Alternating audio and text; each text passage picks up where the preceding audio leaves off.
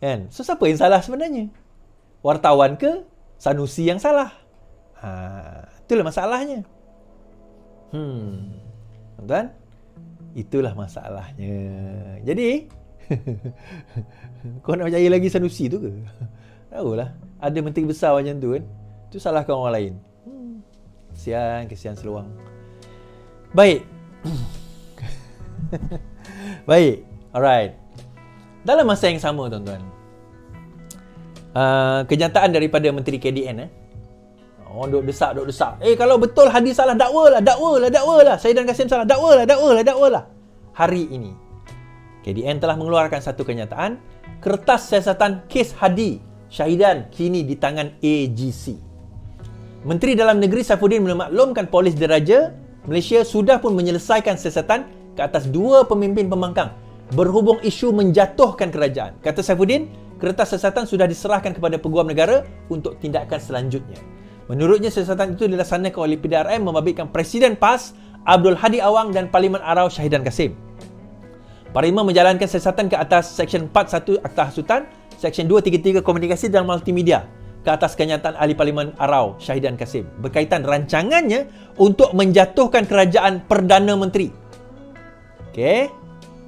Selain itu, siasatan juga mengikut Seksyen 505 Sub B Kanun Kesiasaan 233 Komunikasi dan Multimedia di atas video Ahli Parlimen Marang berkaitan menumbangkan kerajaan.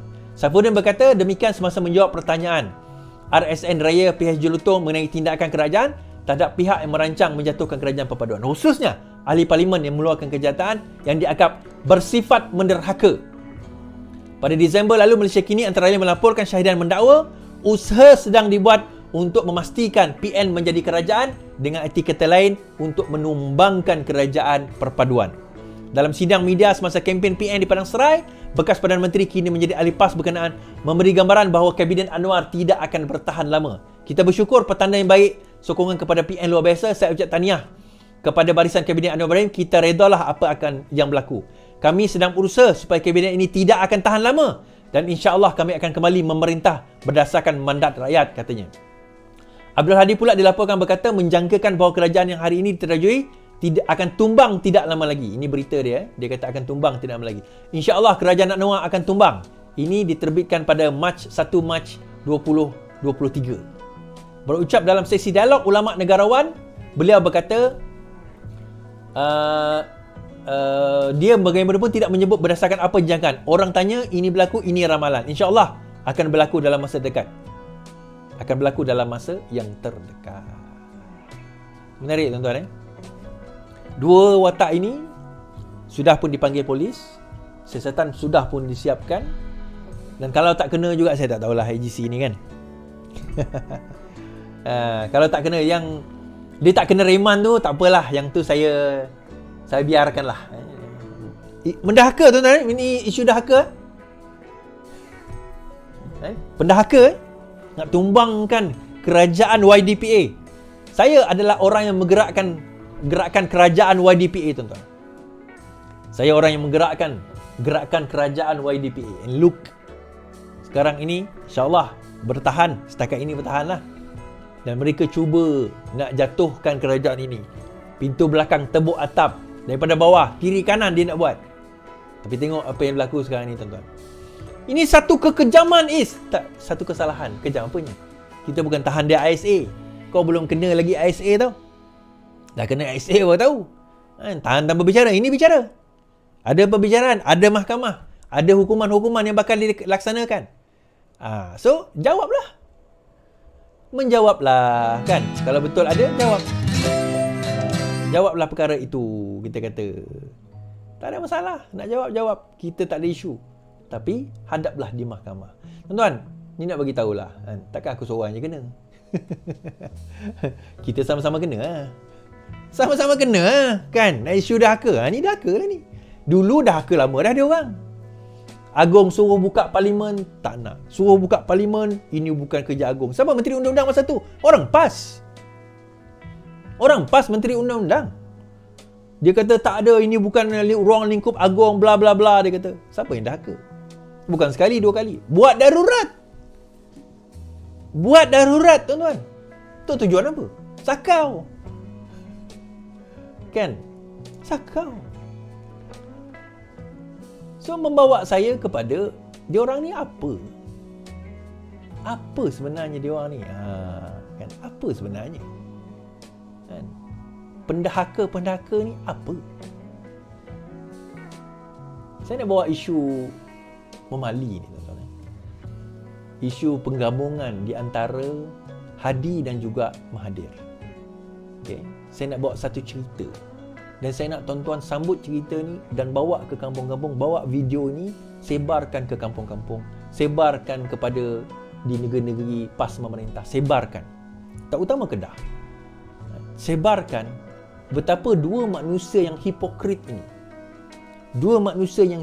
ini, akan sanggup menunggang bangsa, menunggang agama demi kepentingan politik mereka. Demi kepentingan politik mereka. Oh, ada orang marah aku. Kau kata Hadi tu hipokrit, Isa? Dia bukan Tuhan. Dia bukan Nabi. Siapa kata dia Tuhan, siapa kata dia Nabi? Ada yang berani? Ada yang berani ke? Ada yang berani? So, dia tak boleh dikritik. Dia tidak boleh bawa silap. Ulama, title Tok Guru bukan jaminan dia tak boleh, dia maksum. Tak ada manusia yang maksum kecuali Rasulullah SAW. Baik, saya bawa satu berita ni, tuan-tuan. Sebelum kita cerita tentang Hisham Ali ni, kita transaction.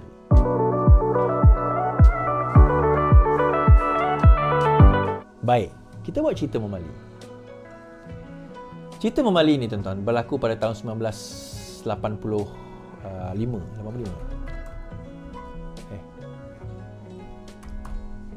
Kan? 1985. Saya ingat lagi. Peristiwa memali ni saya ingat masa tu 1985 ni saya darjah 2. Jadi masa tu dekat Sarawak ni tahun 85 dia ada 2 channel je. 85 dia ada 2 channel, TV1, TV2. So saya ingat lagi, saya masih share vividly, saya remember rumah saya 2 tingkat. Dekat atas tu kita orang semua bergelimpangan dekat luar, TV besar laptop ni je, tahu je lah TV zaman dulu kan. Siapa telefon aku ni, ya Allah.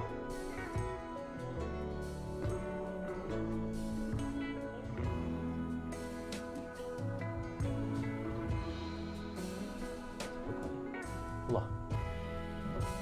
Alamak, YB kon.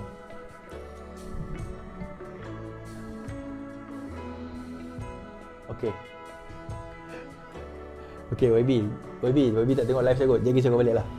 Tolong WhatsApp. Apa ni? 10.30. Okey. Apa saya cerita tadi? Masa tu kita orang bergelimpangan di rumah dia tu lah, dekat ruang. Dia bukan ruang tamu, ruang atas kan. So TV besar ni. Besar laptop saya ni. So kita orang duduk. Apa kita orang tengok, tuan-tuan? Serangan secara live ulangan mungkin live kan.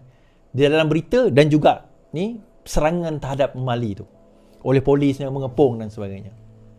Bagi saya kedua-dua pihak kerajaan juga pihak yang berada di dalam Ustaz Ibrahim Libya tu, dua-dua tu pihak yang terperangkap dalam mainan politik kedua makhluk ini. Saya dah panggil makhluk dah, tuan-tuan. Kedua makhluk ini, permainan politik mereka. Yang Ustaz Ibrahim Libya tu terpengaruh dengan amanat Haji Hadi. Politik suku, agama suku, UMNO Cafe. Di peristiwa ni berada di Mamali peristiwa memali ni berada di Kedah lah masa itu. Polis juga memainkan peranan atas arahan, kita memaham. So berlakulah bunuh-membunuh, berlakulah kematian dan sebagainya. So apa yang berlaku, tuan-tuan? Apa yang berlaku pada tahun 2018, Mahathir membuat satu kenyataan ini. Dia kata apa? Mahathir kata apa? Saya bawakan kepada tuan-tuan. Tuan-tuan nilailah sendiri apa yang makhluk ini kata. Aku cakap makhluk je. Mangsa memali bukan mati.